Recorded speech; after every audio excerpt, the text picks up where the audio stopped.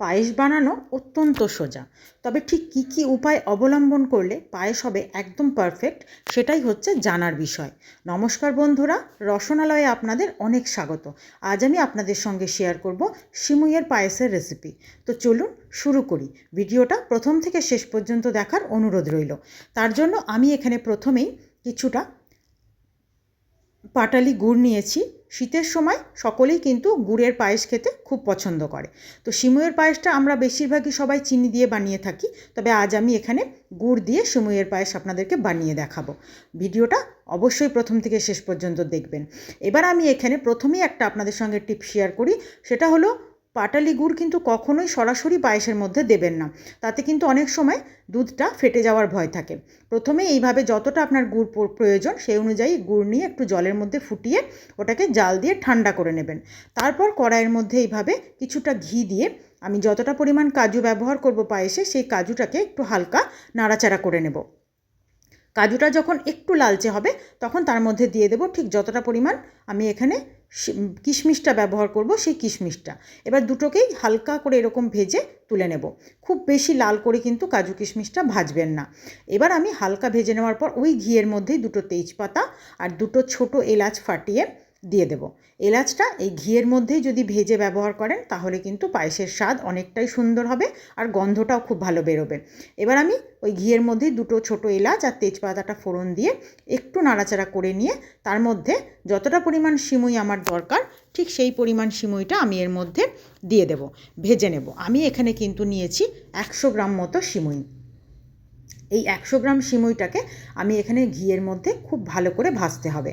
আর আপনাদের জন্য দ্বিতীয় টিপস রইল, প্রথমটা তো গুড়ের কথা বললাম, আর দ্বিতীয়টা হলো সিমুই কিন্তু বেশ লাল করে ভেজে নেবেন, তবেই কিন্তু সিমুইয়ের পায়েসটা বেশ সুন্দর হবে। আর সিমুই যদি ঠিকঠাক ভাজা না হয় তাহলে কিন্তু পায়েস একদম দলা দলা পেকে যাবে, একদম ভালো হবে না।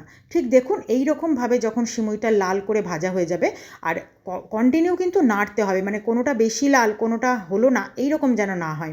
তাই সমানভাবে খুব ভালো করে সিমুইটাকে নাড়াচাড়া করে বেশ এরকম একদম চারিদিক সমানভাবে যেন লাল হয় সেইভাবে ভেজে নিয়ে আমি ওটাকে নামিয়ে ঠান্ডা করতে দিলাম।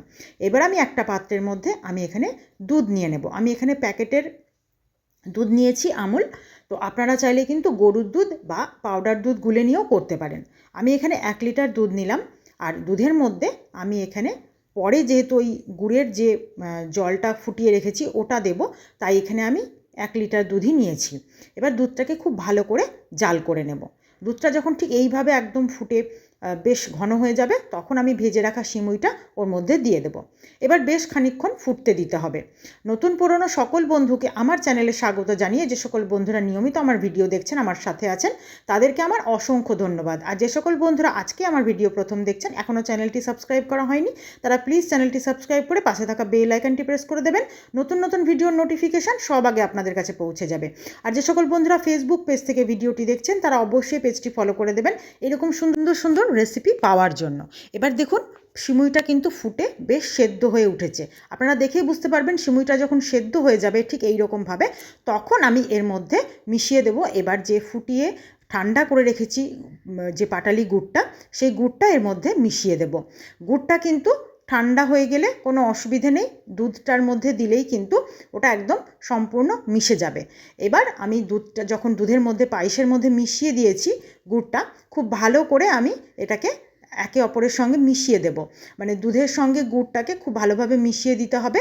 আর দেখুন ওইটা দেওয়ার পর কিন্তু পায়েসটা বেশ পাতলা হয়ে গেল, তাই কিন্তু আমি ওটার দেওয়ার কথা মাথায় রেখেই কিন্তু দুধটা আমি এখানে 1 লিটার ব্যবহার করেছি। তো সেইভাবে আপনারা দুধটা ব্যবহার করবেন। আর সিমুইয়ের পায়েস কিন্তু খুব তাড়াতাড়ি ঘন হয়ে যায়, সেইটা মাথায় রেখেই আপনারা দুধটা ব্যবহার করবেন। এবার আমি এর মধ্যে ভেজে রাখা কাজু কিশমিশগুলো দিয়ে দেব। আর এটা কিন্তু সিমুইটা সেদ্ধ হওয়ার পরেই অবশ্যই গুড় আর কাজু কিশমিশটা দিতে হবে। এবার ঠিক যখন এই রকমভাবে ঘন হয়ে যাবে তখন আপনারা বুঝতে পারবেন যে পায়েসটা একদম রেডি হয়ে গেছে। আর এই পায়েস কিন্তু যত ঠান্ডা হবে তত ঘন হতে থাকবে, তো সেই জন্য একটু নরম থাকতে থাকতেই নামাতে হবে, মানে একটু পাতলা থাকতে থাকতেই নামাতে হবে, কারণ ঠান্ডা হলে কিন্তু বেশ টাইট হয়ে যাবে। তো আমার কিন্তু সিমুইয়ের পায়েস একদম রেডি। এবার আমি এটাকে একটু কাজু কিশমিশটা দেওয়ার পর একটু ভালো করে ফুটিয়ে নিয়েছি। এবার আমি এটাকে নামিয়ে ঠান্ডা করে পরিবেশনের জন্য রেডি করে নেব। তো আপনাদের যদি আজকের আমার এই সিমইয়ের পায়েসের রেসিপি বা টিপসগুলো ভালো লেগে থাকে, আপনারা কিন্তু অবশ্যই লাইক, শেয়ার ও কমেন্ট করবেন। আর আমাকে অবশ্যই জানাবেন যে সিমইয়ের পায়েসের রেসিপিটা আপনাদের কেমন লেগেছে। এবার আমি পায়েসটাকে একদম পরিবেশনের জন্য রেডি করে নিচ্ছি। এভাবে পায়েসটাকে নামিয়ে নেব, আর তারপর ওপর থেকে একটু নিজেদের পছন্দ অনুযায়ী আপনারা ড্রাই ফ্রুটস দেবেন, মানে যেটা আপনারা পছন্দ করেন। আমি এখানে কাজু কিশমিশই ব্যবহার করেছি আবার, তবে আপনারা চাইলে কিন্তু পেস্তাও দিতে পারেন। এবার আমি এখানে পায়েসটা নামিয়ে নিয়ে ওপর থেকে কাজু কিশমিশ ছড়িয়ে পরিবেশনের জন্য একদম রেডি। আপনারা এইভাবে একবার ঠিক এই উপায়গুলো মেনে পায়েস আপনারা রান্না করে দেখুন, আপনাদেরও পায়েস কিন্তু একদম পারফেক্ট হবে। আর আপনারা রেসিপি ভালো লাগলে কিন্তু লাইক, শেয়ার, কমেন্ট করতে ভুলবেন না। আজকের রেসিপি এই পর্যন্তই। নতুন বছর সকলের খুব ভালো কাটুক, আপনারা ভালো থাকুন, সুস্থ থাকুন, এই আশা নিয়ে আবারও নতুন ভিডিও নিয়ে চলে আসবো। আজ এই পর্যন্তই, ধন্যবাদ।